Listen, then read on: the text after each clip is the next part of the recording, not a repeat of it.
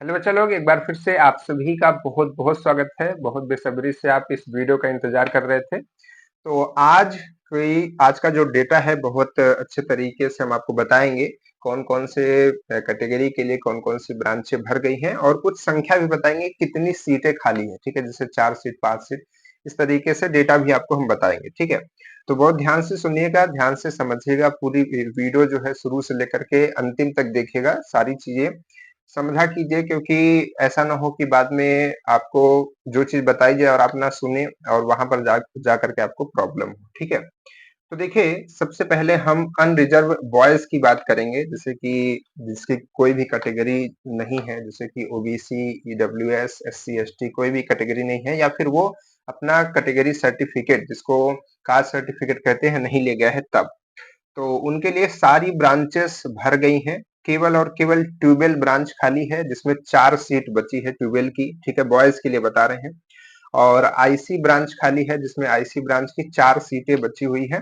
और प्लास्टिक की 21 सीटें, यानी कि प्लास्टिक भी भर गई है। ठीक है, तो प्लास्टिक की 21 सीटें बची हुई हैं। तो ये है आपके अनरिजर्व बॉयज के लिए। ठीक है, अनरिजर्व की गर्ल्स समझे, उनके लिए अभी सिविल में लगभग सीटें भर गई हैं। कुछ सीटें बाकी होंगी तो अलग बात है, लेकिन लगभग सीटें भर गई हैं। और मैकेनिकल में ऑटो भर गई है, बाकी ब्रांचेस में सीटें थोड़ी थोड़ी खाली है। ठीक है, उसके बाद आईसी, इलेक्ट्रॉनिक्स, प्लास्टिक तो बच्चियों के लिए खाली है, अनरिजर्व। उसके बाद ओबीसी बॉयज की बात करें, ओबीसी बॉयज के बॉयज जो हैं उनके लिए लगभग सारी सीटें भर गई हैं।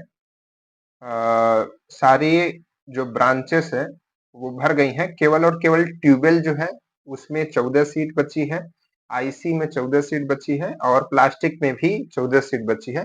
बाकी सारी ब्रांचेस भर गई है। ठीक है,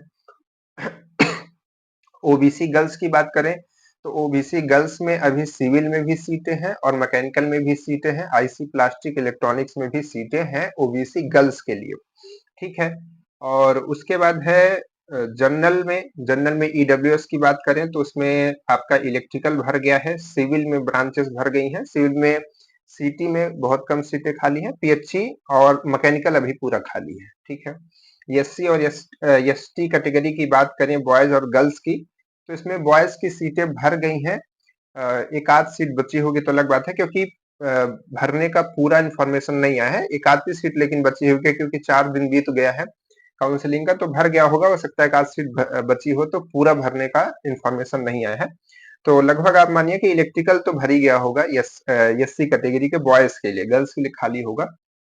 तो अब बाकी ब्रांचेस सारी खाली है। ठीक है, तो ये आज का डेटा है जिसमें आप पूरा समझ सकते हैं। ये हम स्क्रीन पर भी लगा दे रहे हैं, जिसमें आप देख पा रहे हैं जो क्रॉस है उसमें सीटें भर गई हैं और नंबर्स लिखा है, यानी कि उतनी सीटें बची हैं, और जो खाली है उसमें पूरा सीटें खाली है। ठीक है, तो इसको देखिए और परेशान मत होइए, सारे डॉक्यूमेंट्स अपने रेडी रखिए।